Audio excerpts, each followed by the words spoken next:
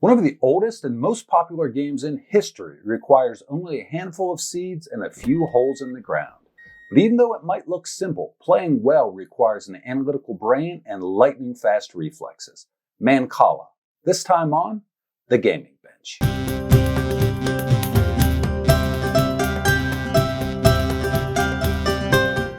To start, I need to clarify that Mancala, the name most familiar to American players, isn't the name of this game. Rather, it's the name of a family of similar games. Saying, let's play Mancala is like saying, let's play cards. There are literally hundreds of variations in the Mancala family, encompassing a huge range of shapes, sizes, number of pits, number of pieces, number of players, and countless variations of the rules. In this video, I'm focusing on the version of the game that has 12 pits in 2 rows of 6. A larger pit on either end, and 48 playing pieces. This version is called Warri, Awari, Kali, and many other names. The playing pieces are called counters, stones, beads, or seeds, and you can use practically anything as long as you have enough and they're sized appropriately for your board. I'm using cowrie shells, which is traditional in coastal communities. Pieces are undifferentiated and shared between both players. The game starts with 4 pieces in each of the 12 pits. I made this board, and if you want to see how I did it, I have another video that shows the entire process. I'll link it down in the description. One interesting fact I picked up when researching the game and building it is that traditional game makers like to leave their boards a little rough, believing that a board should be smoothed not by the craftsman, but by the hands of the players over time. Pretty cool. The board is placed between the 2 players with the larger end pits, called stores, to the right and left. Some modern games call the stores Mancalas, but that's nonsense. Each player claims the 6 pits in front of them and the store to their right. There are countless variations of the rules, but I'm going to cover the simplest version, which seems to be used in the majority of modern North American Mancala games. Randomly pick a player to go first. That player takes all of the pieces from one of the 6 pits directly in front of them. Then, moving in a counterclockwise direction, they drop 1 piece in every pit, excluding the original pit they lifted the pieces from. This is called sowing, like sowing seeds. If a player crosses over into their opponent's side of the board, they'll drop 1 piece into their own store on the way, then continue dropping pieces along the far row. If the last piece sown lands exactly in the player's store, they get an immediate extra turn. There's no limit on the amount of extra turns you get to have in a row. The number of pieces in each pit will shrink and grow throughout the game. If a player has enough pieces to completely lap the board, they don't drop a piece into their opponent's store, and they don't drop a piece into the pit they originally lifted the pieces from. They just skip that pit and keep going. Most games don't allow you to pick up pieces and count them before sowing them. If you pick up a pile of seeds, you have to play them. A player can capture their opponent's pieces on their move. If a player drops a piece into an empty pit on their side of the board, they can raid the pit directly opposite, claiming all of their opponent's pieces. These pieces, plus the player's single piece, are moved into the raiding player's store. The game ends as soon as one player completely empties their row of pits. The other player gets to claim all of the pieces remaining on their side of the board. Most pieces win. Again, this is the simplest version of the game. In fact, most cultures that play on a 6x6 board consider it a children's game. The adults play a more complicated version on the same board. The adult game starts and plays the same way as the simpler game. The difference is in the way captures are made. While sowing pieces, if a player drops a piece into their opponent's row that has 1 or 2 pieces in it, that is, the pit now has 2 or 3 pieces after sowing, the player captures those pieces and places them in their store. This only applies to pits in their opponent's row, not their own. You don't capture pieces by dropping one into an empty pit like the previous rules. A player must always leave their opponent at least 1 piece to play. The consequences for failing to do so differ greatly, but are often the immediate end of the game, with the remaining pieces on the board either going to the store of the active player, going to the store of the player who's been left with no moves, or divided equally between the 2 players. Victor goes to the player with the most pieces, or in some versions, the first player to accumulate 24 pieces in their store. Now, these are just two versions of the rules for the 6x6 board. I'm not exaggerating when I say there are hundreds of variations, and that's not even getting into the 3 and 4 row versions of the game. At the height of its popularity, the family of Mancala games spanned a huge distance from the Caribbean to the entirety of Africa, through the Middle East, into India, and as far east as the Philippines.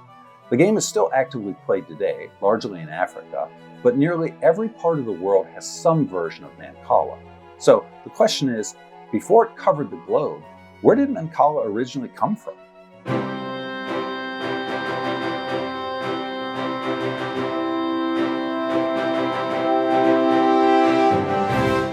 The simplicity of Mancala means it can be played by scooping holes in the dirt and playing with whatever is at hand. Seeds, rocks, shells, literally anything. This transient nature means that uncovering the origins of the game is incredibly difficult and, honestly, probably impossible. But that hasn't stopped archaeologists and game historians from trying. The issue is that Mancala has a very recognizable form, generally 2 rows of 6 or more equally spaced divots. And archaeologists have found this pattern everywhere. One of the oldest was discovered in 1992 by Gary Rolifson, working in modern-day Jordan. He described it as a game board of the Mancala variety. In this photo, you can just make out the depressions. Radiocarbon dating indicates this artifact is nearly 9,000 years old. That places it in the Paleolithic era, where humans were hunting woolly mammoths with flint spearheads. So if this really is an early version of Mancala, it would indisputably be the oldest board game ever discovered by man. But probably not. So if it's not a game board, what is it? We can't know for sure, but Terry DePaulis, in his paper Board Games Before Ore, makes a persuasive argument that those rows of holes and most similar markings dating before the 6th or 7th century CE are in reality fireboards.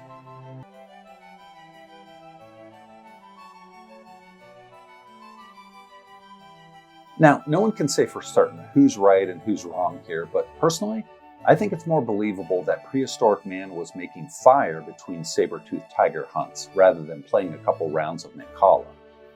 As an aside, in reading these papers, I again got to enjoy some academic shade throwing. DePaulis writes, "So it came to Rolifson's mind that his perforated plaque was a kind of similar game. It must have been a Mancala-type game board, albeit in a prehistoric form. No other alternative hypothesis is offered. The comparison with Mancala is here irrelevant. Did Rolifson ever see a Mancala game?" Then, DePaulis goes on to enumerate all the ways that this artifact is unsuitable for a playable game. I love it. Another example of an early Mancala board that is often cited is the ancient site of Kurna in Upper Egypt. The roof tiles of the temple are inscribed with a number of symbols and markings, including some that look like the games of Nine Men's Moors and Alquerque. I have a video about Nine Men's Moors where I go into a little more detail about the Temple of Kurna. I'll link that down below. But as far as Mancala goes, these markings are largely discredited by modern Egyptologists, who point out that the ancient Egyptians had a rich history of tabletop games, but nothing resembling Mancala has ever been discovered in tomb paintings or period writings. Archaeologist Ulrich Schadler writes, "In fact, there are a lot of designs on the temple roof. Some of them date to at least the Christian era. So there is no possibility at all to date these designs. Also, we do not even know if these designs which look like game boards are in fact game boards. There are among the signs mason's marks and magic symbols. Forget Kurna until a complete new documentation of the roof is published." A more credible example is a fragment of pottery board and several rock cuts found in modern-day Ethiopia and Eritrea, dated to the 6th and 7th century CE. I had a really hard time nailing down the first written mention of Mancala. Nearly all sources cite the 10th century Book of Songs and 1001 Nights as mentioning Mancala or a Mancala-like game, but modern scholars say this is a misunderstanding of the text or a misapplication of a later citation. The oldest definite resource I could find is a 14th century treatise by an Egyptian scholar who writes not about the game, but using the game board for divination. Another challenge to dating the history of Mancala is the numerous Mancala-like game boards discovered throughout the period of the Roman Empire. At first glance, these parallel divots could be mistaken for a Mancala board. However, scholars today believe that the artifacts and sites found within the Roman Empire territory and timeline are more likely examples of pentagrammi, the game of 5 lines. For a deep dive into this topic, see Ulrich Schadler's article, Mancala in Roman Asia Minor. A fascinating tangent, one that I don't really have time to get into now, is the idea that the Mancala board also served as a rudimentary counting device, a sort of abacus. The 6x6 board apparently allows you to multiply flawlessly if you understand how it works. But since this involves math, I followed that particular rabbit hole only briefly. But many of the so-called Mancala boards found may have been primarily this calculation device and not the game, or maybe both. One author suggests that the purported Mancala board atop the Temple of Kurna was used by ancient astronomers to calculate the movement of the stars, not just as a pleasant diversion. It makes good sense to revere the sun and the stars, because we are their children. While the origins of the game are murky, the name Mancala is not. It's derived from the Arabic word nakala, meaning to move. Incidentally, the roots of the name and the ample evidence of the game existing in the Middle East has led many scholars to believe that the Mancala games originated there, in the Middle East, and not Egypt or other parts of Africa as is widely assumed. Nevertheless, there's no disputing that the various African nations and cultures adopted Mancala like no other place in the world. In fact, the ubiquity of Mancala in Africa led American ethnographer Stuart Cullen in 1894 to call it the National Game of Africa. Game historian H.J.R. Murray outlines more than 140 different variations of Mancala in his seminal 1952 work, A History of Board Games Other Than Chess. Each country, region, and tribe seems to have their own preferred version of the game, from the simple, like this Warri board, to the impossibly complex.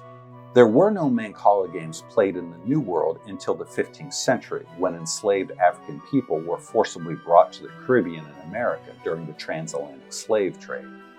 As the game could be played with stones and holes in the ground, it was one thing that enslavers couldn't take away.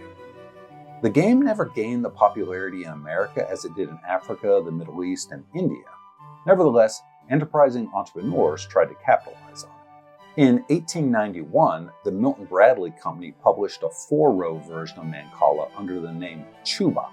The rules booklet begins, Chuba is an adaptation from a rude game of Eastern Africa which is greatly enjoyed by the natives, who squat on the ground and play in holes scooped out of the sand using shells, young coconuts, etc. for counters, which they move from hole to hole. As now presented to the civilized world for its diversion, Chuba is a game of skill for 2 players. Interestingly, Chuba is a version of the most complicated Mancala variant called Bao in Eastern African countries. Now, I'm not ignoring the racism and xenophobia apparent in the Chuba rules. Unfortunately, I encountered a lot of this in my research. It seemed to vacillate between wide-eyed wonder for the clever natives, like the 1873 account of English explorer J.T. Bent. There are 3 balls for each hole, and the game is played by a series of passing, which seems to us very intricate and which we could not learn. To straight-up racism, as with the Reverend A.C. Good, a missionary and collector who, after sharing a detailed explanation of the rules, provides this commentary in 1894. The natives do not play these games skillfully. They seem unable to count ahead to see where the last count will fall. A white man, as soon as he understands the game, will beat them every time. Having now watched many videos of Mancala play, I can say with surety that skilled players have a mastery of rapid-fire mathematical analysis that is remarkable and intimidating, not to mention a physical dexterity that's incredible. I mean, look at these guys. In 1955, American William Julius Champion patented a game he called Kala. All the sources I've read said that Champion invented the game in 1940, which he based on ancient Mancala games. But I guess to Champion, based on means copied directly without changing a thing, because the rules to his game are the exact same as Warri, which is the basic game I described at the beginning of this video. Also in 1955, Parker Brothers published their own version of Mancala called Warren. I couldn't find a photo of the game, but from its description it sounds like Warri, that is a 6x6 game just like this. Since that time, Mancala has always remained in print by a variety of game manufacturers. From cheap plastic to beautifully handcrafted wooden boards, there's something for every Mancala player. So now that you know something about the history of Mancala, how do you win? For this strategy section, I'm going to use the rules for the children's game, as that's the rule set most often used in North America. So, as a reminder, the board is 6x6 pits. We start with 4 pieces in each pit. Dropping 1 piece in your store results in an immediate extra turn. Captures are made by landing a piece in your own empty pit, allowing you to take your piece and any of your opponent's pieces in the pit opposite and move them to your store. The game ends when one player empties all of their pits, and then the other player takes the remaining pieces and puts them in their store. Most pieces win. Since there's so many rule variations for Mancala, you should always confirm that you're both on the same page before you start to play. It's worth mentioning that Warri, this version of the game, is a solved game. That means that if both players play perfectly, the first player will always win. Now, perfect play is the challenging part, but there is a strong opening set of moves that will put you into a very strong position. Here I've labeled the pits to make it easier to describe moves. If you have the first turn, lift your pieces from pit C. Sewing them leaves the last piece in your store, so you already have a 1-piece advantage and, more importantly, an extra turn. Now, lift all the pieces from pit F. Sewing then gives you another piece in your store and, again, more importantly, opens up pit F. In general, leave pit F open whenever you can. Later in the game, you'll have opportunities to move pieces along the length of your row, and leaving a single piece in pit F lets you score a piece and an extra turn. Warri is often won by only a couple of pieces, so moving a steady stream of pieces into your store can help you win the game, even if it seems like it's not making much of a difference at the time. Outside of these opening moves, there's a couple of patterns and responses to look for. Avoid accumulating too many pieces in a single pit. This makes it a target and sets up the opportunity for your opponent to capture a bunch of your pieces at once. Along those same lines, it's a threat anytime your opponent has an empty pit across from your own filled pit. When this happens, you can either sew that pile of pieces to remove the chance of being raided, or, if you have enough pieces, overload your opponent's pit so they overshoot their empty pit.